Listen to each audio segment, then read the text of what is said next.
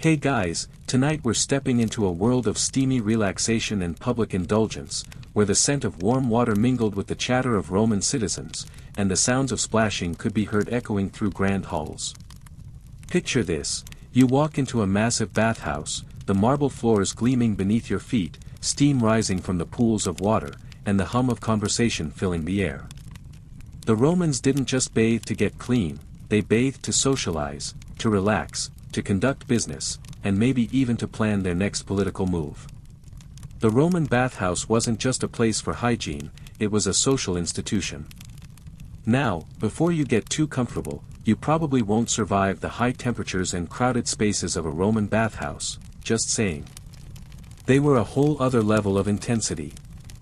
So, before you get comfortable, take a moment to like the video and subscribe, but only if you genuinely enjoy what I do here. And while you're at it, drop a comment letting me know where you're tuning in from and what time it is where you are. I always love hearing about what time and place you're joining the journey from. Now, dim the lights, maybe turn on a fan for that soft background hum, and let's ease into tonight's journey together. Roman bathhouses were the pride of the empire, symbols of wealth, sophistication, and community.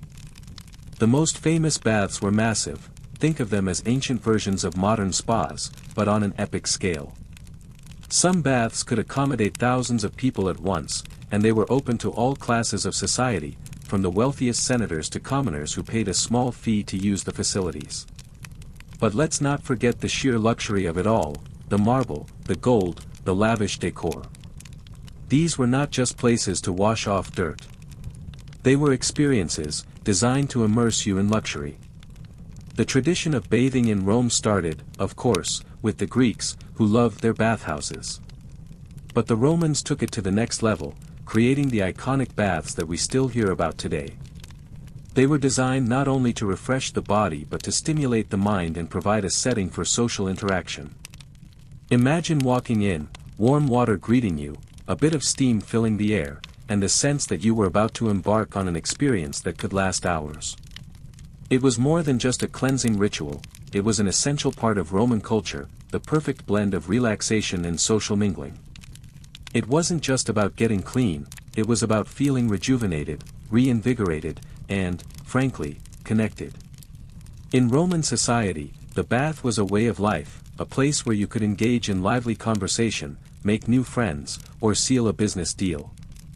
From the bustling corridors of the bathhouses to the serene warmth of the water, these places were where Romans came to unwind from their daily grind. So, let's dive into how these bathhouses were designed and why they became such a staple in Roman daily life. The architecture of Roman bathhouses was nothing short of spectacular. Imagine enormous buildings with towering columns, intricate mosaic floors, and high domed ceilings that seemed to stretch on forever. These baths weren't just functional, they were architectural masterpieces, designed to impress and serve. The Romans had perfected the art of engineering, and the bathhouses were one of their crowning achievements. The most famous baths, like the baths of Caracalla or the baths of Diocletian, were colossal structures, sprawling across acres of land, with multiple rooms dedicated to different parts of the bathing experience. Step inside one of these grand bathhouses, and you would be greeted by a massive central courtyard, with paths leading to different bathing areas, each designed for specific purposes.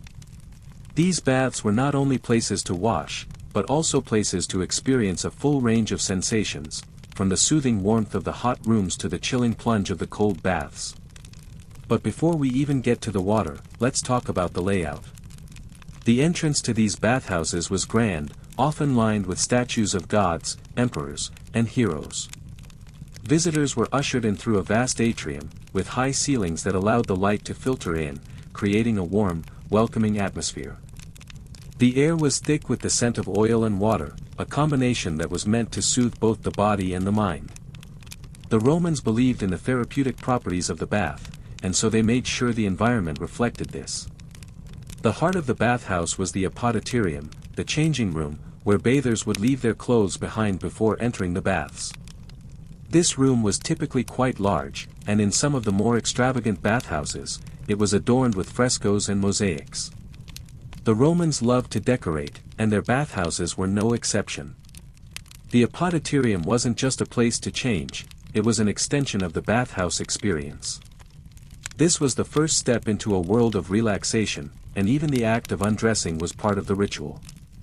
After disrobing, bathers would move on to the various rooms designed for different bathing experiences. The first stop was typically the tepidarium, or the warm room. But before we get into that, let's consider the fact that Roman bathhouses were not only about personal cleanliness, they were about indulging the senses. Think of them as ancient wellness centers, where both physical and mental rejuvenation took place. Now, while you're thinking of all this warmth and luxury, remember that Roman bathhouses were accessible to all levels of society. Though the wealthy could enjoy private baths, the majority of people paid a small fee to use the public baths. So, you could be sitting next to a senator one moment, and a merchant the next, all while sharing in the experience of hot water and relaxing steam. This was one of the greatest social equalizers in Roman society. No matter your status, everyone needed to bathe, and everyone could find time to unwind at the baths. But what made these bathhouses truly stand out was the way they combined hygiene with social activity, making them an essential part of daily life in ancient Rome. Bathing was no longer just a personal task, it was a communal event, one that brought people together in a shared experience of indulgence, relaxation, and rejuvenation. Now that we've stepped into the grand bathhouses, let's talk about the bathing rituals themselves, because Roman baths weren't just about getting clean, they were an entire sensory experience. Bathers didn't just dip in and out of water. They followed a carefully designed ritual, moving from one room to the next, each space designed to give a different sensation and benefit. The entire experience was meticulously planned, starting from the moment you entered the changing room and continued all the way to the frigidarium, the cold plunge pool. The first stop after undressing was the tepidarium, the warm room. This was where you would ease into the bathing experience. The temperature in the tepidarium was warm but not too hot, just enough to relax your muscles and open your pores. The Romans didn't just dip in and out of these baths quickly. They took their time. The tepidarium was meant to be a place where bathers could slowly acclimate to the warmth, preparing their bodies for the more intense heat of the calidarium, or hot room, which was the next stage in the bathing ritual. In the tepidarium, you could expect to find bathers lounging on benches made from smooth stone or marble, relaxing, chatting, and catching up on the latest gossip. The warm temperature helped to soothe any aches or pains, making it the perfect room for unwinding before stepping into the even hotter environments. It wasn't just about the heat, it was a space to talk, socialize, and just relax in the warmth, which brings us to the heart of the Roman bathhouses, the social hub. The bathhouses were not just about the water or the treatments. They were social centers where Romans came to mingle, network, and discuss everything from the latest political gossip to the best business ventures. It wasn't unusual to see the most powerful senators and military leaders enjoying the same water as ordinary citizens. The baths were democratic in that way, they allowed everyone, regardless of social class, to share in the experience of relaxation.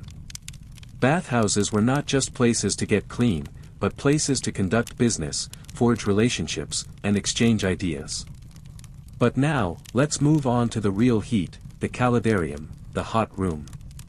This was the room where the temperature reached its peak, sometimes as high as 120 degrees Fahrenheit, about 49 degrees Celsius.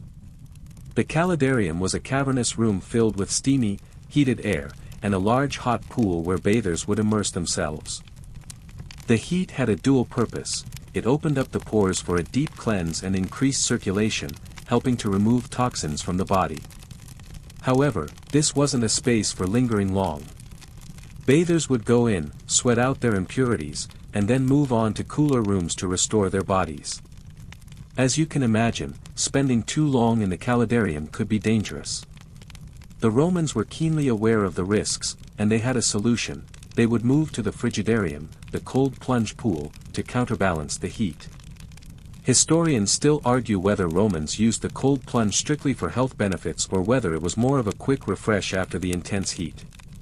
But either way, plunging into freezing water after a hot soak was believed to stimulate the blood flow and invigorate the body, making it the perfect end to a relaxing and rejuvenating bath. This contrast between the hot and cold baths was seen as a balancing act, with both extremes working together to cleanse the body and invigorate the mind. Roman bathhouses were an incredible feat of engineering and luxury, but they were also a testament to the Roman belief in balance, whether it was in the alternating temperatures of the baths or in the balance of social interactions. Everything in the Roman bathhouse was designed to give bathers a complete experience, blending physical care with mental relaxation and social engagement. These baths were the perfect embodiment of Roman life, efficient, luxurious, and, in a way, egalitarian. It wasn't just about water and steam, it was about creating an environment where you could relax, connect with others, and indulge in the luxury of time. And that's one of the reasons Roman baths were so important. They represented everything the Romans valued: community, health, and the good life. So, as you think about the grand architecture, the social buzzing, and the therapeutic warmth of the baths, remember that they were a little more than just a place to scrub off the day's grime. They were where Roman life really unfolded. Let's take a step further into the heart of the Roman bathhouse and explore the hot and cold experiences that truly defined the bathing ritual. The Romans were master engineers, and their ability to manipulate temperature wasn't just for comfort, it was also deeply therapeutic. While the calidarium provided an intense, sweat-inducing heat that cleansed the skin and increased blood flow, it wasn't the only room in the bathhouse with a purpose. After all, these were more than just bathhouses, they were temples to relaxation, health, and social engagement. The baths served as a form of healing, relaxation, and even therapy, designed to rejuvenate the body and mind. In the calidarium, the hot room, bathers would sink into the steamy waters, allowing the intense heat to open their pores. But let's not romanticize it too much. It wasn't just relaxation in the usual sense. The heat in these rooms was not for the faint of heart. The Romans believed that the heat was one of the best ways to cleanse the body, and it certainly served its purpose. The intensity of the heat would make you sweat and expel toxins from your skin. While the steamy atmosphere in the room felt soothing, it was definitely a powerful way to cleanse your body of impurities. But what did the Romans use for this intense heat? The heat was generated by an ingenious system called the hypocaust, a form of underfloor heating that was revolutionary for its time. The hypocaust system allowed hot air from a furnace to circulate beneath the floors and through the walls, creating a steady warmth in the calidarium. The Romans were truly ahead of their time in this regard, and their innovation in heating made their baths far more luxurious and comfortable than any baths in the ancient world. As you settle into the calidarium, think about this: you're surrounded by heat, sweat dripping down your face, muscles beginning to relax, and the soothing steam filling your lungs. The Romans understood the calming effect of heat on the body, how it could soothe aches, open pores, and loosen tight muscles. It wasn't just about cleansing yourself, it was about indulging in an experience that helped you forget the stresses of life, even for just a few hours. However, staying in the hot room for too long could have its risks. Excessive heat could dehydrate you, so the Romans had an ingenious solution. After soaking in the hot room, bathers would move to the frigidarium, the cold plunge pool. The sudden cold temperature was a shock to the body, but a refreshing one. This intense contrast between hot and cold was thought to invigorate the body, increasing circulation and helping to close the pores after the heat had opened them. Historians still argue whether the cold plunge was primarily used for its health benefits, or whether it was simply a necessary refreshment after the heat.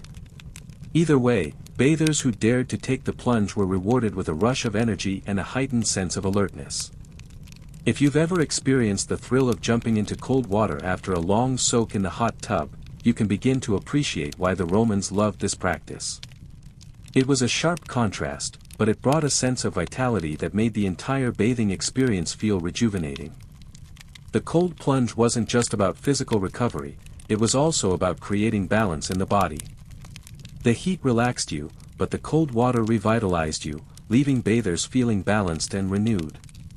These contrasting elements, the warmth of the calidarium and the chill of the frigidarium, helped the Romans achieve a sense of physical and mental harmony. The experience wasn't just a quick bath, it was a carefully crafted ritual that combined the benefits of both extremes, leaving the bather feeling refreshed and energized. You could imagine it being the perfect antidote to a hard day's work, or an opportunity to rest and reset your body and mind before heading into the evening. It's no surprise that the baths became a central part of Roman culture, not just for their health benefits, but because of the way they blended relaxation with social engagement. Roman bathhouses didn't just serve the function of cleaning the body, they were about creating an environment that balanced the body's needs for warmth, cold, and relaxation. It was a holistic experience, and one that allowed people of all social classes to come together, all in the name of wellness and relaxation. Whether you were a senator, a merchant, or a laborer, stepping into a Roman bathhouse was a chance to escape the pressures of daily life and indulge in a moment of peace. As we dive deeper into the heart of Roman bathhouses, we see that these grand spaces weren't only about temperature contrasts and cleansing, they were places of pure indulgence and rejuvenation. Roman bathhouses offered more than just hot and cold water, they provided a range of luxurious treatments that could rival modern-day spas. Let's take a look at some of the indulgences that made the Roman bathhouse a destination for more than just bathing. While you might think of bathhouses as places for water alone, Romans had developed a whole range of treatments for their bodies, and these baths were a central part of that. One of the most popular treatments was massage. Bathers could hire attendants who would give them soothing, therapeutic massages with oils and scented lotions. These massages were not just about relaxation, they were also about health. Romans believed that massage helped to stimulate blood circulation, alleviate muscle tension, and improve overall well-being. Historians still argue whether the Roman massage techniques were more akin to modern-day therapeutic massage or whether they were closer to the soothing oil rubdowns often associated with spa experiences today. Either way, the Romans saw massages as essential for both relaxation and rejuvenation. Bathers would settle into the warm rooms, let the oils and the massage work their magic, and emerge feeling not just clean but entirely renewed. It wasn't unusual for bathers to spend several hours at the baths, moving from one treatment to another. But the pampering didn't stop at massages. The Romans were also obsessed with exfoliation, using tools such as the strigil, a curved metal instrument, to scrape away dirt, oil, and dead skin cells. Bathers would coat themselves in olive oil, and then, using the strigil, scrape off the excess oil and impurities, leaving their skin smooth and glowing. This was a form of deep cleansing, but also a ritual in itself. The use of the strigil wasn't just about cleanliness, it was about getting rid of everything that was considered undesirable, both physically and metaphorically. It's almost like a symbolic act of shedding old layers and emerging renewed.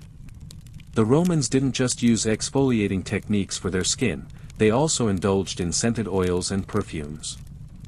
After their massages and exfoliating treatments, bathers would rub oils and perfumes made from flowers, herbs, and exotic spices on their bodies. These oils not only moisturized the skin but also created a pleasant scent that lingered long after the bath was over. Bathhouses often smelled of rosewater, lavender, and frankincense, luxurious fragrances that were meant to refresh the spirit as much as the body. While some of this might sound familiar in our modern world of spas and beauty treatments, the Romans took it to a whole new level. The scale of their indulgence in bathhouses was unparalleled, with sprawling spaces dedicated to not just bathing, but a full range of self-care practices.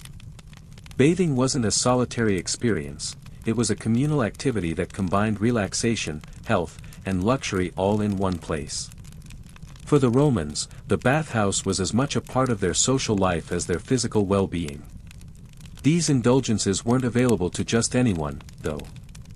Although public bathhouses were open to people of all social classes, the wealthier Romans had access to private baths, where they could enjoy more personalized treatments. For the elite, bathing was an experience reserved for the very best, with intricately designed rooms, private attendants, and even private massages. But for most Romans, the public bathhouses were just as lavish, filled with statues, mosaics, and artwork that made the experience feel truly indulgent. So, while you may think of Roman bathhouses primarily as places to wash off the sweat and grime of daily life, they were far more than that. They were temples to relaxation and rejuvenation, places where the body could be pampered, where mental clarity could be restored, and where people from all walks of life could come together to enjoy the healing properties of water, oils, and even just a good conversation. As you picture yourself lounging in one of those grand Roman bathhouses, feel the warmth of the water and the soothing touch of the oils. Close your eyes for a moment and imagine what it would feel like to be surrounded by the sounds of laughter, the splash of water, and the knowledge that, for a few hours at least, you could escape the cares of the world and just relax. As we continue exploring the Roman bathhouse experience, it's important to understand that these places were much more than just spots for relaxation and hygiene. The baths were vital social hubs where people didn't just bathe, they conversed, exercised, did business, and even built friendships and alliances. The Romans believed that wellness was not just physical but also social and intellectual. This was evident in the way bathhouses were designed and used. Bathhouses were where Romans could catch up on the latest gossip, make deals, and engage in light-hearted banter, making them integral to daily life in the empire. The Romans were not shy about blending health and social activity. The bathhouse was the center of public life, a place where anyone, rich or poor, could come and mingle. While the elite might have access to private baths, the majority of Roman citizens had access to the public bathhouses, where they could enjoy the same luxurious environment. These public baths were divided into sections where different classes could mix, but regardless of status, bathers were expected to follow a set of social codes. Historians still argue whether the bathhouse experience was more about physical wellness or social engagement. Some believe the primary purpose of the baths was to promote health, while others argue that the true benefit of the baths was in the connections made within them. Romans had a knack for multitasking. They didn't just soak in hot water, they discussed politics, shared news, and conducted business. In fact, many major deals and decisions were made in the bathhouses, as it was the one place where even the highest-ranking officials could relax and converse freely, away from the formality of their offices. These communal aspects of Roman bathhouses weren't just about convenience, they were deeply ingrained in the Roman way of life. Bathing was a chance to escape the pressures of daily life and engage in open conversation, whether discussing matters of the empire or simply chatting with neighbors. It was a time to relax, but also to stay connected to the pulse of Roman society. While you might think of a bath as a quiet, solitary moment, in ancient Rome, it was far from that. One of the most notable social activities within the bathhouse was the gymnasium or palestra, the exercise area where bathers could participate in physical activities such as wrestling, ball games, or calisthenics. This was the Roman version of a modern-day fitness center, where people could work out and stay healthy in preparation for their baths. After all, the Romans believed in a balanced approach to health, exercise to keep the body fit, baths to cleanse it, and socializing to keep the mind sharp. Bathhouses, therefore, became the perfect place to maintain that balance. The gymnasium was often located near the entrance of the bathhouse, allowing bathers to exercise before moving on to the steamy, relaxing rooms. Picture this: after a few rounds of wrestling or a game of ball, you'd head straight to the calidarium, the hot room, where the intense heat would help your muscles relax. This transition from exercise to relaxation was a hallmark of Roman bathing culture, showcasing how the Romans saw wellness as a complete package: body, mind, and social engagement all intertwined. Some bathhouses even had libraries or areas dedicated to reading and intellectual pursuits. The intellectual life of the Romans was not confined to the forums or lecture halls. Bathhouses were places where philosophy could be discussed and literature could be read. The Romans, ever the practical people, understood the value of keeping the mind as sharp as the body, so some bathhouses included spaces for learning and contemplation. Imagine walking through the grand halls of one of these bathhouses. You finished your workout and are now relaxing in the tepidarium, the warm room that begins the process of soothing your muscles. The air is filled with light chatter, laughter, and the soft sound of water splashing. In one corner, a group of senators might be discussing the latest political moves, while a merchant negotiates a deal with a neighboring businessman. All around you, people are unwinding, yet they are also making connections, exchanging ideas, and building relationships. As you lie back, letting the warmth of the water work its magic, you can't help but appreciate the unique way the Romans blended health and socializing. The bathhouses were a reflection of Roman society itself, a mix of luxury, practicality, and a desire for balance. You weren't just getting clean in the bathhouses, you were engaging with the very heart of Roman life. Whether you were a senator, a soldier, or a craftsman, the baths were the great equalizer, bringing people together in a way few other public spaces could. The Roman bathhouse wasn't just a place to bathe, it was a place to live, laugh, and connect, where physical health and social well-being were treated as two sides of the same coin. And as the Romans would have seen it, this balance was essential for a happy, prosperous life. As we continue exploring the social and physical elements of the Roman bathhouse, it's clear that these spaces weren't just about cleansing the body, they were about creating a holistic experience that catered to the Romans' complex needs. One of the most fascinating aspects of Roman bathhouses was the integration of luxury and function. The Romans didn't just want to relax, they wanted to indulge. And the bathhouses were designed to allow them to do just that. But beyond the luxury and indulgence, the bathhouses also offered a crucial social function that was integral to Roman culture. For many Romans, the bathhouse was the center of their social life. Bathhouses became places where relationships were forged and cemented. They were where deals were struck, alliances were made, and gossip was exchanged. The fact that these social interactions happened in such a relaxed, communal environment allowed for a sense of camaraderie, where people could chat freely and without the constraints of their usual social ranks. It's almost hard to imagine a place today that serves the same social purpose. Sure, we have coffee shops, gyms, and social media, but there's something unique about a place like the Roman bathhouse, where everyone, from the emperor to the common worker, could interact freely. The idea that a humble merchant could find himself sitting next to a senator, discussing the latest political events or even a new trade route, was revolutionary.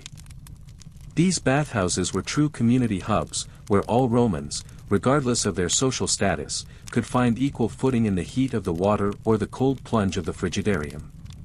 The bathing ritual itself, moving from room to room, heat to cold, had a rhythmic, almost meditative quality to it. But it wasn't just about physical wellness. It was about the mental state of the bathers as well. After all, Romans believed that a healthy mind and body went hand in hand. The baths were the perfect place for Romans to unwind after a long day, letting go of the stresses of work and politics while connecting with their community. Imagine yourself sitting in the tepidarium, the warm room, letting the heat soothe your tired muscles while you engage in relaxed conversation with those around you. The environment was crafted to ease you physically and mentally, allowing the bathers to reset and refresh both their bodies and their minds. Let's also not forget that privacy in Roman society was often scarce. Bathhouses offered a rare opportunity for solitude in a public, bustling world. While Romans spent time socializing in the bathhouses, they could also retreat into more private spaces. The Romans were practical people, and privacy wasn't seen as a luxury, it was often a necessity. Many bathhouses offered quiet corners or rooms where individuals could take a moment for themselves, whether to reflect, read, or rest before continuing their bath rituals. The entire bathhouse experience was meant to be a restorative one, but not just in terms of hygiene. The Romans saw bathing as a spiritual act as well as a physical one. The serene atmosphere, combined with the sense of community, offered an environment that allowed people to connect with themselves as well as others. They could engage in intellectual conversations, enjoy physical relaxation, and still be part of a larger social scene, making the bathhouse a uniquely Roman way of living. But despite the social and physical advantages of bathhouses, they were not without their challenges. Public bathhouses had to balance the needs of thousands of bathers.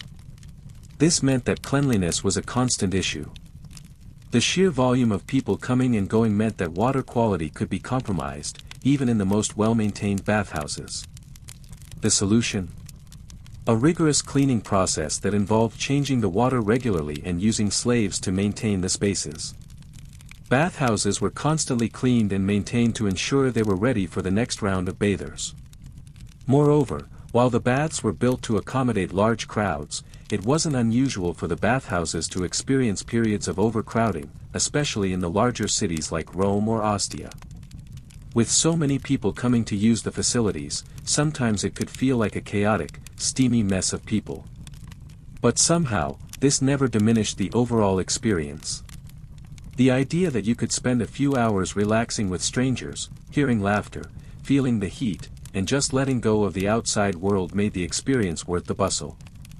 The bathhouse wasn't just a place to bathe, it was a place to live. Roman bathhouses were not just about indulgence, they were an essential part of the culture, a place that blended luxury, social engagement, and personal health in a way that had never been done before. The experience they offered was multifaceted, relaxing, invigorating, social, and even therapeutic. And as we've seen, they became an integral part of Roman society, a place where health was not only physical but also mental and emotional. For Romans, the bathhouse was far more than a place to wash off the grime of the day, it was a cultural institution that represented the essence of Roman life.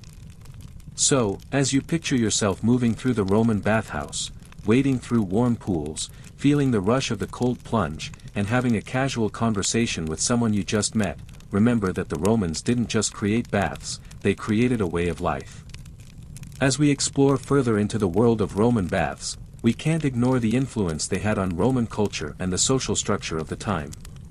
The bathhouse wasn't just a place of relaxation and leisure, it played a crucial role in Roman society as a place of social equality. For a few hours a day, the bathhouse became the great equalizer, a place where all Romans could mix and interact regardless of their social rank. This was significant in a society where status and class were typically rigidly defined. Roman society was notoriously hierarchical. Senators, patricians, and wealthy elites lived vastly different lives from plebeians and slaves, and the divide was most noticeable in their daily experiences. However, when it came to bathing, that divide was momentarily softened. The bathhouse, whether private or public, provided an opportunity for Romans to shed their societal labels and enjoy the communal benefits of the bath. For many, it was the only place where they could experience a form of equality, where everyone, regardless of status, could engage in conversation, enjoy the same luxurious amenities, and partake in the same indulgence. Historians still debate whether this social equality was entirely sincere or merely circumstantial. Was the bathhouse truly an equalizer, or did it merely disguise the class differences that existed elsewhere in Roman life? After all, while plebeians could enter the public bathhouses for a small fee, the elite had access to private baths, often with more luxurious facilities, exclusive attendance, and superior privacy. Still, for most Romans, the communal experience was a rare opportunity to mix with people of different walks of life without the usual social restrictions. The bathhouse was also a space where gender dynamics could shift. Bathing was a largely male-dominated activity in public bathhouses, with men using the facilities during the day and women in the evenings. However, in some bathhouses, women were given more access and could socialize in the same spaces as men. While women's participation in public life was limited compared to men, the bathhouse offered a form of interaction that wasn't strictly governed by the societal roles that defined their lives elsewhere. The mixing of genders at the baths was not without its controversies, as some Roman moralists saw the practice as dangerous and immoral, blurring the lines of decorum. Still, the bathhouses became a space where these boundaries were sometimes more fluid than in other public spheres. Roman bathhouses were also places of political discussion. It's easy to imagine a senator sitting in the warm water of the Calidarium, gossiping with a fellow politician about the latest developments in the Senate, or negotiating an alliance while enjoying the company of military leaders. Some of the most important political moves in Roman history may have been discussed and even decided within the relaxed, low-stress environment of the bathhouse. These informal conversations played a crucial role in the political process, showing that the bathhouse wasn't just a place for leisure, it was a forum for the exchange of ideas, strategies, and opinions that could change the course of Roman history. One fascinating aspect of the Roman bathhouse that often goes unnoticed is its connection to commerce and business. Merchants, traders, and laborers used the bathhouse as a space to strike deals, forge partnerships, and exchange goods. Bathhouses were places where commerce and networking happened as easily as it did in the marketplace. The next time you think of the baths, don't just think of relaxation and gossip, think of them as places where power, wealth, and influence were quietly, yet effectively, built. To understand the true importance of the bathhouse in Roman culture, you have to appreciate how integrated it was into the daily life of the average Roman. The bath was not a luxury, it was part of the Roman identity. It represented the ideal of physical well-being, social engagement, and mental relaxation, and it held a place of such importance that it could not be separated from Roman life. The bathhouse reflected the Romans' values, their love for both luxury and efficiency, their ability to balance work and relaxation, and their belief in the social and political benefits of communal activities. As you think about the bathhouse and its social function, consider how it mirrored the balance of Roman society. The bathhouse was a place where the wealthy and the common man could coexist, but it was also a place where ambition, networking, and politics unfolded under the quiet hum of running water. Even the act of bathing was an act of balance. From the gentle warmth of the tepidarium to the cold shock of the frigidarium, Romans understood the importance of balance in health, life, and social relations. The bathhouse was the perfect microcosm of the Roman world, a place where contrasts met, heat and cold, work and relaxation, public and private life. As you step out of the hot room and into the cooler air of the baths, think about the way Romans integrated health, relaxation, and social engagement into a single space. The bathhouse wasn't just about keeping the body clean, it was a reflection of everything the Romans valued, wrapped up in one indulgent, communal experience. Let's now take a deeper dive into the daily logistics of Roman bathhouses and what it really took to keep these magnificent structures up and running. The Romans, ever the innovators, used a system of engineering that made their bathhouses a marvel of ancient technology, one that few societies in history could replicate. A key part of this efficiency was the hypocaust system, a complex heating mechanism that kept the bathhouses at the perfect temperature. Without the hypocaust, Roman baths wouldn't have been the steamy, luxurious spaces we know them to be. The hypocaust was essentially an underfloor heating system that used hot air to warm the floors of the bathhouses.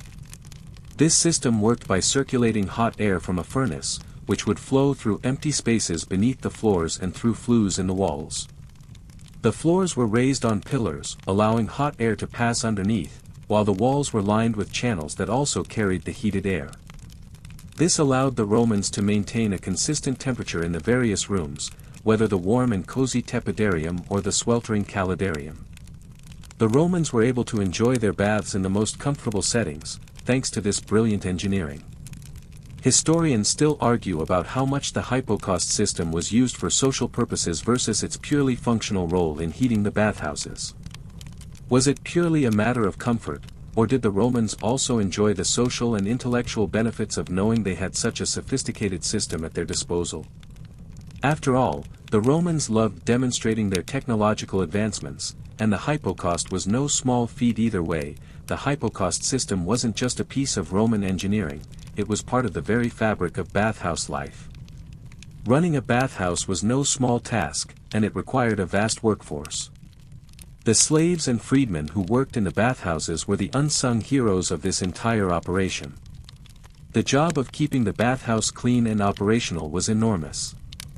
Not only did these workers manage the upkeep of the baths, but they also attended to the needs of bathers.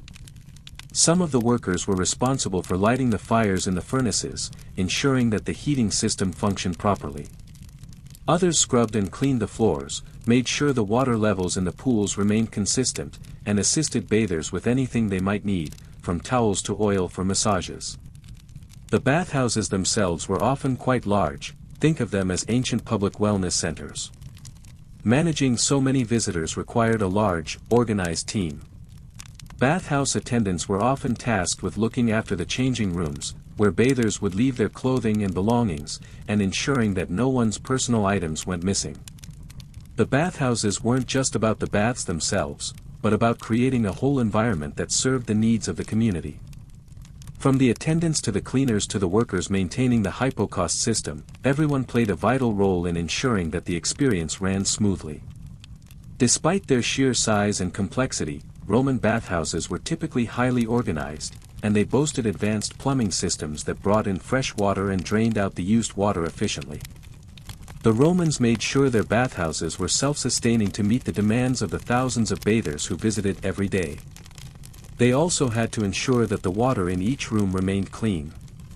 The bathhouses employed an extensive network of aqueducts to bring water into the baths from nearby rivers and springs. This system made sure that there was always a fresh supply of water for both bathing and heating purposes. The water was key not only for cleanliness but also for the calming atmosphere of the baths. Bathhouses were designed with a deep appreciation for aesthetics, and every aspect, whether the walls, the columns, or the pools, was created to ensure a peaceful, relaxing experience. The Romans were known for their love of decorative arts, and many bathhouses featured stunning mosaics, sculptures, and frescoes that depicted scenes from mythology, daily life, or the emperor's achievements. These decorative elements were as much a part of the bathhouse experience as the hot water and massages. They provided a visual feast, and bathers could lose themselves in the art and beauty of the space. Interestingly, not all bathhouses were created equally. The public baths, often found in cities like Rome or Ostia, were designed to accommodate large numbers of bathers at once. However, wealthier Romans often had their own private baths, sometimes even in their own homes. These private baths could be just as lavish, but they were less communal and more tailored to the individual. Public baths, on the other hand, were a place for socialization and community engagement. For the average Roman, the bathhouse was a place where they could spend the entire afternoon, moving through rooms, chatting, relaxing, and meeting with friends. It was a social experience, one that was made more enjoyable by the careful attention to the space and amenities. Roman bathhouses weren't just about indulgence, they were deeply tied to the Roman identity. Bathing was an essential part of Roman life, as necessary as eating or sleeping. They played a central role in maintaining physical and mental health, and the communities that used them valued them as much for the social aspect as for their health benefits. The bathhouse wasn't just a place to scrub away the dirt, it was where Romans connected with each other, conducted business, and, at times, unwound from the pressures of their complex society. The sheer scale and sophistication of Roman bathhouses was a testament to the empire's commitment to the health and well-being of its citizens. The baths were more than just a cultural luxury, they were a reflection of the Roman values of community, hygiene, and social connectivity. As we move deeper into the cultural significance of Roman bathhouses, let's take a closer look at the decline of these once immense structures and how they became a symbol of the changing fortunes of the Roman Empire. Roman bathhouses, which had been so central to the social and cultural life of the empire, started to fall into disrepair after the fall of Rome in the 5th century. As the empire crumbled, so did the communal bathing experience that had defined much of Roman society. The causes of this decline were many, and historians continue to debate what exactly led to the downfall of these once great institutions. First, we need to consider the economic instability that plagued the late empire. As Rome's military and political power began to deteriorate, so did its ability to maintain the infrastructure that supported the empire, including the extensive network of public bathhouses. The cost of maintaining these grand bathhouses, keeping them heated, well-stocked with water, and properly staffed, was enormous. As resources dwindled, many of the large public bathhouses were either abandoned or converted to other uses. Some were even repurposed as warehouses, while others fell into ruin. At the same time, the decline of public services led to the dismantling of the aqueducts that supplied fresh water to many of the Roman bathhouses. Without a reliable source of water, it became impossible to sustain the bathing culture that had once thrived in Roman cities. The lack of water not only made bathing less feasible, but also contributed to public health issues, as sanitation declined sharply in many parts of the empire. Religious shifts also played a role in the decline of the bathhouse culture. As Christianity became the dominant religion in the Roman Empire, attitudes toward bathing and communal leisure began to change. Early Christians often viewed the luxury and indulgence associated with Roman bathhouses with suspicion, as they were associated with excess and even immorality. The association between bathhouses and public nudity, along with the socializing and drinking that often took place there, conflicted with Christian ideals of modesty and restraint. Over time, the Church's influence led to the closure of many public baths, and the practice of communal bathing began to fall out of favor. As the empire disintegrated and the Western Roman Empire fell in 476 AD, much of the grand infrastructure of Roman society, including the bathhouses, also fell apart. It wasn't until the Byzantine Empire in the east that bathhouses began to be rebuilt in some form. However, the grandiosity and widespread use of the Roman bathhouse, with its complex systems of hot and cold baths and vast social functions, would never fully be restored in the post-Roman world. Despite their decline, Roman bathhouses left a lasting legacy. The Byzantine bathhouses, which were influenced heavily by Roman designs, continued many of the same traditions, though on a smaller scale. In the Middle Ages, the practice of communal bathing was largely abandoned, though it began to re-emerge in later centuries, especially in the Renaissance. The design and concept of the Roman bathhouse would eventually be revisited in the development of modern spas. There's a curious tension in how we view the legacy of Roman baths today. On the one hand, they were symbols of excess, luxury, and indulgence, things that are often viewed with suspicion in the light of later religious and political movements. On the other hand, they were places of social equality and community, where all Romans could come together, regardless of their wealth or status. The Romans created spaces that were not just about personal hygiene but were deeply tied to their ideas of well-being, community, and cultural exchange. What's fascinating is how these bathhouses, which were once the beating heart of Roman social life, became a memory in the collective consciousness. We still talk about them today, marveling at their engineering, their social function, and their place in Roman culture. The design of modern spas owes a great deal to Roman bathhouses, and in many ways, the same human need for relaxation, health, and social engagement that drove the Roman bathhouse remains relevant today. One of the most lasting aspects of Roman bathhouses is their commitment to wellness. Even as Roman society began to crumble, the ideals of physical health, relaxation, and socialization that the bathhouses represented continued to shape Western concepts of well-being. The idea that relaxation and physical care were essential parts of life, not just luxuries, was revolutionary in its time and continues to influence how we approach self-care today. While we no longer gather in large communal pools, and we no longer rely on the hypocaust to heat our homes, the spirit of Roman bathing remains. We still seek places to unwind, to reset, and to connect with others. And although modern bathhouses are far different from their Roman predecessors, the legacy of Roman bath culture reminds us that self-care and relaxation are just as important to our well-being as hard work and daily toil. While the fall of the Roman Empire marked the decline of the once grand bathhouses, the legacy of Roman baths did not vanish entirely. The principles behind Roman bathing, balance, relaxation, and social connection, persisted in various forms throughout history. While the grandeur of the baths may have been lost, the idea that wellness involves both physical care and social interaction continued to influence cultures long after the Roman Empire had crumbled.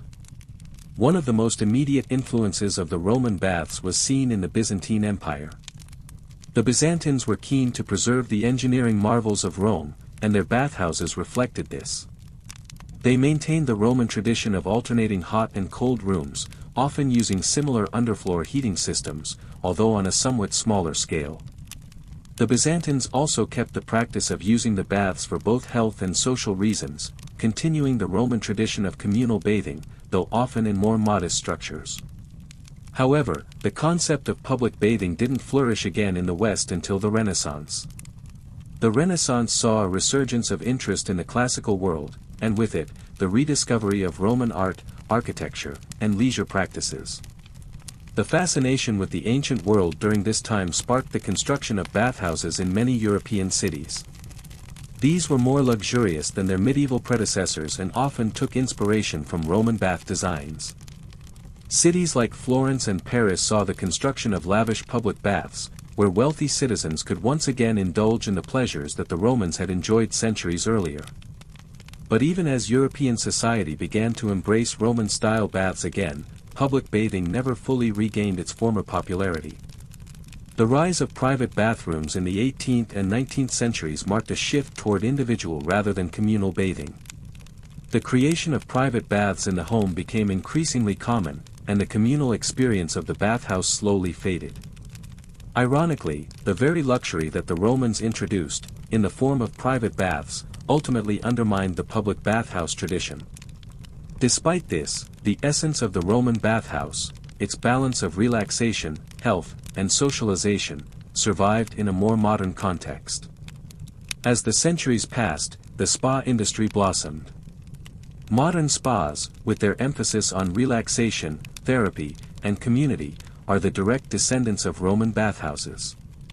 In fact, many modern spas continue to use the same basic principles that the Romans perfected, alternating hot and cold treatments, massages, exfoliation, and scented oils. The core idea of wellness through water, rest, and social interaction remains just as important today as it was in Roman times. The lasting influence of Roman bathhouses can also be seen in the concept of thermal baths in places like Hungary, the Czech Republic, and Turkey. These countries, which were once part of the Roman Empire, still boast bathhouses built on Roman principles. The Turkish hammams, in particular, continue the Roman tradition of communal bathing and relaxation. These baths are places of rejuvenation and relaxation, where bathers move through rooms of varying temperatures, much like the Roman calidarium, tepidarium, and frigidarium. The hammam, with its centuries-old roots, is a direct reflection of Roman bathing practices and their lasting impact on the region. In modern times, the idea of a health retreat or a wellness center can often trace its origins back to Roman bathhouses. Many of today's wellness centers and resorts offer treatments that echo the Roman experience: luxurious massages, aromatherapy, and water therapies designed to rejuvenate both the body and the mind. The mind-body connection, so integral to Roman bathing culture, continues to be a focal point of modern wellness. However, while modern spas and wellness centers reflect the ancient Roman model of the bathhouse, there's still something unique about the original Roman bathhouses. The communal aspect of the Roman baths, where people from all walks of life gathered in the same space, was an important feature of Roman society. The idea that the rich and poor could mingle freely in the bathhouse, discussing politics, business, and philosophy while relaxing in the warm waters, created a level of social interaction that we rarely experience in modern-day spas. In today's world, most wellness centers are exclusive and often segregate people based on wealth or status, which contrasts sharply with the egalitarian nature of Roman bathhouses. Moreover, the baths were a space not just for physical cleansing, but for mental rejuvenation as well. Romans believed that bathing was a way to clear the mind, much like modern meditation or yoga sessions. The rituals of entering the hot room, moving through the warm room, and finally plunging into cold water could serve as a method of mental release, an experience that modern wellness retreats strive to replicate. Roman baths were a testament to the Romans' understanding of wellness. They didn't just build a place to wash off dirt, they created an environment that balanced health, socialization, and luxury. The grandeur of their bathhouses spoke to their love of indulgence, but the design of these spaces also reflected their deep understanding of the human need for both physical care and social connection. Today, as we relax in modern spas or wellness centers, it's easy to forget that we owe a great deal to the Romans, not just for their engineering feats, but for creating spaces where the mind, body, and social life could flourish together. So, the next time you visit a modern spa or wellness center, take a moment to appreciate the Roman legacy that continues to influence how we approach relaxation and rejuvenation. It's not just about the luxurious surroundings or the treatments, it's about the ancient principle that wellness is about balance, community, and the body's natural ability to heal itself when given the right environment. As we continue our journey through the Roman bathhouse experience, it's impossible to overlook the impact these spaces had on Roman daily life, and how their influence continues to reverberate through history. Roman baths weren't just for the wealthy elite, they were an essential part of every Roman's routine. In a society that valued hygiene and public health, these bathhouses were more than just places of relaxation, they were key to maintaining the empire's physical well-being.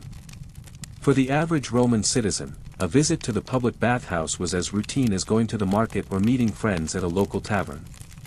Bathhouses were typically free or very low cost, making them accessible to people of all social classes. Public baths became spaces of social cohesion, where the boundaries of wealth and class were temporarily blurred. While the rich might have enjoyed private baths at home, the majority of Romans used the communal baths, where they could enjoy the same luxurious amenities, warm water, massages, and conversation, without the financial burden. This accessibility made bathhouses a fundamental part of Roman daily life. For many, a visit to the baths was not just about hygiene, it was a social and cultural ritual. You'd enter the bathhouse to wash off the day's sweat, but you'd stay to talk politics, business, and personal matters. Whether discussing the latest news in the Senate or casually chatting about a recent gladiatorial match, the bathhouse was the place to connect. It was where friendships were solidified, business deals were made, and sometimes, even political alliances were born. The fact that bathhouses were designed to accommodate people from all walks of life also reflected the Roman sense of community. While the baths themselves were often large and intricate, the spirit of inclusivity permeated the space. Bathers would mix freely, regardless of their rank or status. The baths became spaces where the egalitarian ideals of Roman society could be experienced firsthand, at least for a few hours. This was one of the greatest social functions of the bathhouses. They were, in essence, levelers in a world where social distinctions were otherwise hard to overcome. Even for those who didn't regularly partake in the political or business aspects of the baths, the communal aspects were just as important. Romans understood that their physical well-being was tied to their ability to engage with society. This social aspect of wellness wasn't just about sharing space, it was about sharing experiences. The bathhouse became a forum for shared stories, advice, and, at times, even philosophical discussions. Given that the bathhouses were often located near the center of towns and cities, they were places of daily interaction. They allowed Romans to forge a deeper connection with each other and with the world around them. Bathhouses also served as public health centers. In a time when sanitation and public health were still evolving concepts, the Roman baths played a crucial role in keeping their cities clean. The baths weren't just places where people came to wash themselves, they were also places where people could maintain their personal hygiene in a safe and sanitary environment. The Romans were ahead of their time when it came to public health infrastructure, and their understanding of the connection between cleanliness and well-being was a driving force in the development of the bathhouse as a community institution.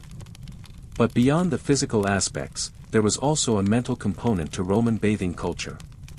The Romans believed that wellness was as much about the mind as it was about the body. The act of bathing itself, with its carefully structured rituals of warmth, coolness, and social interaction, was designed to rejuvenate and reset the mind. For many Romans, a visit to the bathhouse was a moment of escape from the pressures of daily life, where they could clear their heads, unwind, and spend time with friends. The environment was crafted to put bathers at ease, softening the noise of the outside world, allowing them to retreat into a space of relaxation and rejuvenation. As much as the bathhouses were about cleaning the body, they were also about resetting the spirit. Think about it, entering the warm waters of the tepidarium, chatting with friends or strangers, and slowly transitioning through the different rooms, from the heated calidarium to the refreshing frigidarium, mirrored the process of clearing away the mental clutter. For Romans, bathing wasn't just about getting clean, it was about resetting their entire being. It was a chance to refresh their body, mind, and soul, all at once. In the Roman baths, the experience wasn't simply about hygiene or leisure, it was about wholeness. The entire structure of the bathhouse, with its various temperatures, treatments, and communal aspects, was designed to nurture every part of the human being. In a time when society was driven by hard work, politics, and military conquest, the bathhouse was one of the few places where a person could be fully at ease, focused only on their own well-being. As we move further into the legacy of Roman bathhouses, it becomes clear that they were far more than just architectural marvels. The baths were essential to the health and vitality of the Roman Empire, both in terms of physical care and social harmony. These institutions reflected the Romans' belief that wellness was a key component of a well-functioning society, where individuals could connect with one another and engage in the daily rhythms of life with a sense of balance and vigor. When you think of the Roman bathhouses, don't just imagine them as relics of the past. They were spaces that understood the importance of connection, relaxation, and wellness, values that still resonate with us today in our modern spa and wellness culture. As we reflect on the Roman bathhouse and its cultural significance, it's essential to recognize its profound influence on later societies and how modern bathhouses and spas owe much to their ancient predecessors. While the grand, communal bathhouses of ancient Rome no longer stand in their full splendor, their principles live on in many aspects of today's wellness culture. The Roman bath was not just a place for cleansing, it was a space for rejuvenation, socialization, and even intellectual stimulation. These ancient bathhouses created a model for holistic wellness that has transcended centuries and civilizations. Roman baths were revered for their engineering brilliance, from the use of the hypocaust heating system to their advanced plumbing and water management. Today, we might take modern heating and plumbing systems for granted, but the Romans were among the first to create complex infrastructures that allowed for the regular use of public baths on such a grand scale. The influence of Roman engineering continues in the way we design modern spas, pools, and wellness centers, ensuring that visitors enjoy a consistent, high-quality experience. Moreover, the architectural layout of Roman bathhouses set the tone for future wellness spaces. The way bathhouses were organized into separate rooms, the hot rooms, warm rooms, and cold plunge pools, served a clear purpose in both the physical and social aspects of the bathing experience. Modern spas often replicate this structure, offering a progression from hot saunas or steam rooms to cool plunge pools. The idea is the same, using temperature contrasts to enhance both physical health and relaxation. Another key aspect that Roman bathhouses contributed to the modern world was the importance of social interaction in wellness. While we've certainly made strides in private wellness experiences, many modern wellness cultures still retain the communal aspects seen in Roman baths. For example, Japanese onsens and Turkish hammams are direct descendants of Roman bathhouse traditions, places where people gather not just for relaxation, but for socializing, connecting, and even discussing matters of daily life. These bathhouses, much like the Roman ones, are spaces where privacy and relaxation intertwine with community and interaction. And let's not forget that the social atmosphere of Roman bathhouses had a political impact as well. It was in these very baths that key political and business decisions took place. Senators, military leaders, and merchants could be found discussing affairs of the empire or negotiating deals within the steam of the caldarium. Today, although the public bathhouse as a center for political discourse may be obsolete, the wellness industry continues to be an important meeting ground for decision-makers, particularly in the modern world of corporate wellness retreats and wellness tourism. The therapeutic value of communal bathing, as experienced in ancient Rome, has carried over into the modern world. The thermal baths of Hungary, the Turkish hammams, and the Japanese onsens each retain the essence of Roman bathing culture. These modern iterations, though culturally specific, still embody the Roman ethos of health as a holistic experience. They represent the continuation of the belief that bathing is not just about personal cleanliness, but about mental clarity, community engagement, and healing. Whether in ancient Rome or modern-day spas, the act of bathing has always been viewed as a ritual for total well-being, physical, mental, and emotional. In a world that increasingly values wellness and relaxation, it's easy to see the continued importance of social wellness spaces. As more people turn to spa retreats, communal saunas, and public baths for rejuvenation, we are essentially reconnecting with an ancient tradition that recognized the importance of collective healing. In a time when our lives are filled with the constant demands of work, technology, and social media, taking time to unwind in a space that prioritizes self-care and community connection is more important than ever. The Roman bathhouses were a reflection of this need, space for healing, escape, and social bonding, values that modern spas and wellness centers continue to uphold. Now, think of the last time you visited a spa or wellness center. Whether it was for a simple soak in a jacuzzi or a full-body treatment, you were participating in an ancient tradition that stretches back thousands of years. The influence of Roman bathhouses on modern-day wellness practices cannot be overstated. From the architecture to the social structures and even the therapeutic treatments, the bathhouse experience has persisted through the centuries as a universal pursuit of relaxation and well-being. Roman bathhouses weren't just places to bathe, they were spaces for healing, socializing, and enhancing the quality of life. They represented the Roman ideal of a balanced life, where physical health, mental peace, and social connection were all equally important. So, as we indulge in modern spas, saunas, or even a good soak in a hot tub, we can trace our rituals of wellness back to the grand bathhouses of ancient Rome, where the essence of relaxation and rejuvenation was first cultivated. It's a fascinating thought, isn't it? How something as simple as water can connect us across time, across cultures, and across civilizations. The Roman bathhouse was more than just a place to wash, it was a symbol of a way of life that understood the power of water, warmth, and community in the pursuit of well-being. As we look back on the ancient Roman bathhouses and their enduring influence, one thing becomes crystal clear: they were far more than mere physical spaces, they were embodiments of Roman culture itself.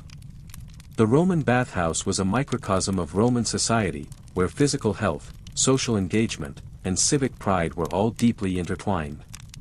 The bathhouse was a place where Romans could come together, regardless of their social standing, and enjoy the shared experiences of bathing, relaxation, and conversation. It's fascinating to consider how these public spaces served as a melting pot for Roman values, from the importance of community and hygiene to the celebration of luxury and indulgence. The Roman bathhouse wasn't just about cleanliness. It was a space that conveyed status, well-being, and social cohesion. The fact that these bathhouses were open to all Romans, regardless of their status, reveals something fundamental about Roman culture, their belief in the shared experience. Bathhouses were inclusive, and in a time when Roman society was incredibly stratified, the bathhouse stood as an almost democratic institution where the elite could mingle with the common people. What's particularly striking about the Roman baths is how they blurred the lines between personal care and social interaction. In our modern world, wellness and self-care often focus on the individual, think of personal gyms, spas, or home-based relaxation methods. While modern wellness has certainly evolved, there's a deep-rooted connection between wellness and community that is often overlooked today. The Roman baths, by contrast, were a communal experience that celebrated both individual health and collective social well-being. It wasn't just the luxury of bathing in warm water, it was the idea that health is a shared experience, and well-being is cultivated in the presence of others. We can trace the origins of modern spas and wellness centers back to the Roman baths because they recognized something essential to human health: relaxation is not just about the body, it's about the mind and the community, too. The balance between personal wellness and the enjoyment of social interaction is something the Romans grasped centuries ago, and it remains as relevant today as ever. When we step into a modern wellness center or spa, we're embracing the same principles that the Romans established, even if we no longer have the intricate underfloor heating or the vast marble halls. But Roman baths didn't just serve as public wellness centers, they also played a role in shaping the cityscape. Bathhouses were civic centers in the truest sense. The public bathhouse was as much a part of the urban planning as roads and marketplaces, ensuring that Romans had easy access to a place of both relaxation and civic importance.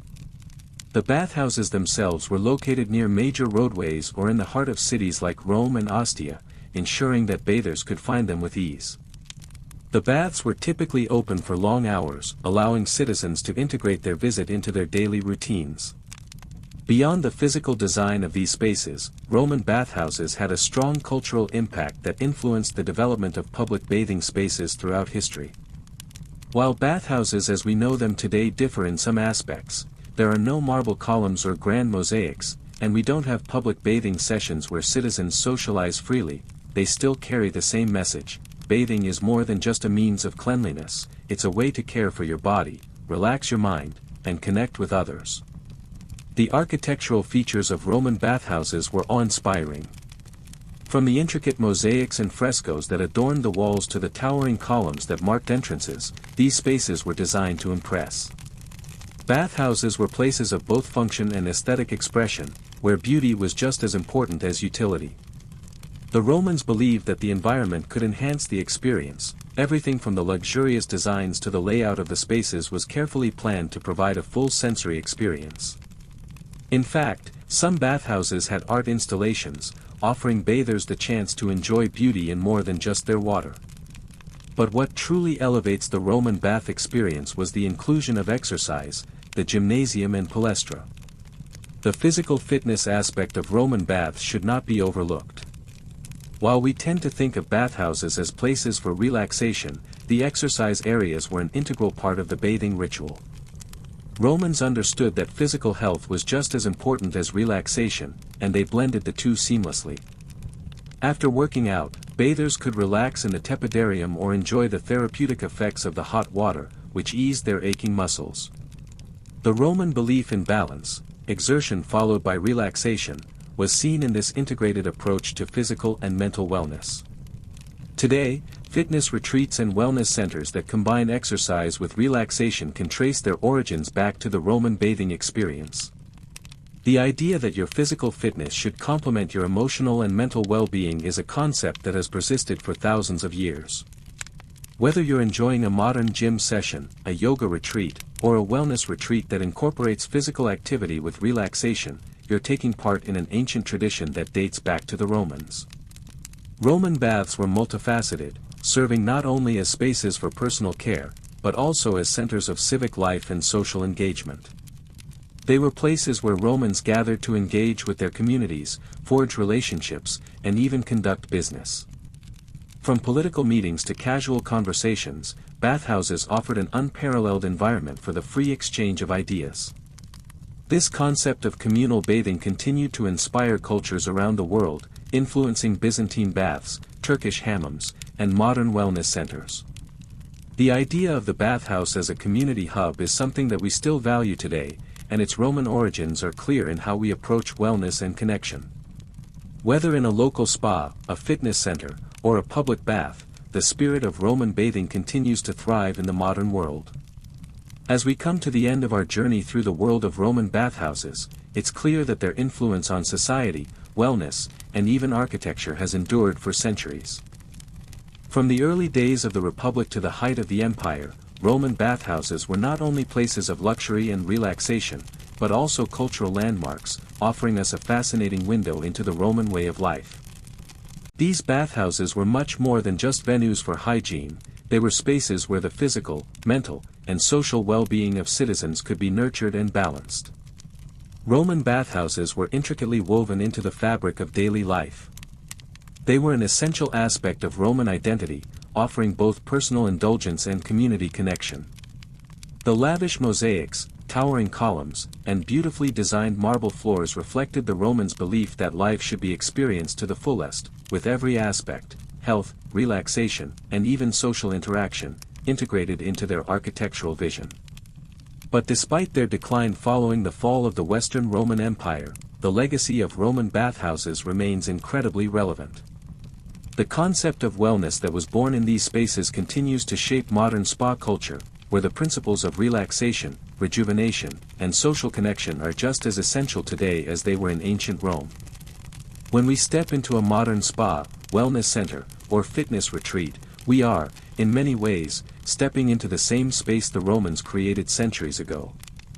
The integration of exercise, relaxation, and communal interaction is a direct reflection of the Roman approach to health. The Roman bathhouse, in essence, was one of the first examples of what we now consider holistic health, body, mind, and social engagement all coming together in one space. The Roman bathhouse, however, wasn't just about individual well-being, it was about creating a sense of community. Today, in many of the wellness and spa centers that we visit, there is still an emphasis on social bonding and relaxation. These spaces encourage interaction, calmness, and a shared experience of healing, much like the Roman baths. Modern spas that cater to families, friends, or even strangers are often built to recreate the social environment of the Roman baths. This communal aspect remains a key element of many wellness experiences today. But beyond wellness, the architecture and engineering marvels of Roman bathhouses continue to inspire us. The intricate systems of water management, the underfloor heating systems of the hypocaust, and the incredible engineering behind the aqueducts that supplied water to these massive complexes were groundbreaking for their time. Today, engineers still study Roman bathhouses as an example of ancient technology, fascinated by how the Romans were able to heat and circulate water efficiently on such a grand scale. The importance of public spaces also remains a powerful lesson from the Roman bathhouses. These spaces were designed not just to be functional but to be a part of the fabric of Roman public life. In an age when public spaces are still central to modern cities, the idea that bathhouses were places for everyone, regardless of social class, to come together and enjoy shared experiences is a message that still resonates today. In a world where privatization and individualism are on the rise, the Roman model of community wellness remains a model for future urban planning. Perhaps the most enduring legacy of the Roman bathhouse is the idea that wellness is a shared experience, one that goes beyond the mere physical act of bathing.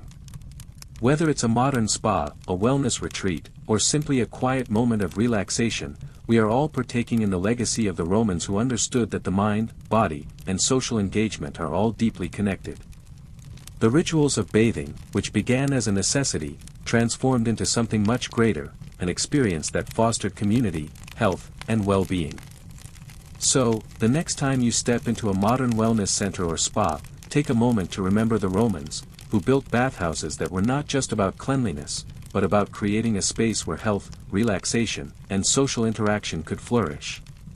The Roman bathhouse was a revolutionary concept that set the foundation for how we view wellness today.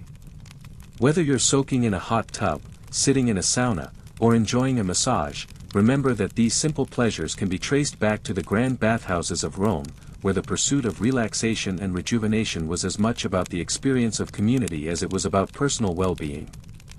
Now, as you let the thoughts of ancient Roman luxury and communal relaxation settle in, take a deep breath and allow yourself to unwind.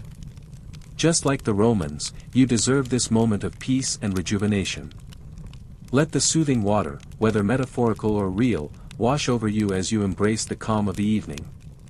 You've learned the timeless value of balance, the balance of body, mind, and soul, and now, as you settle into your own peaceful space, let that balance carry you gently into rest.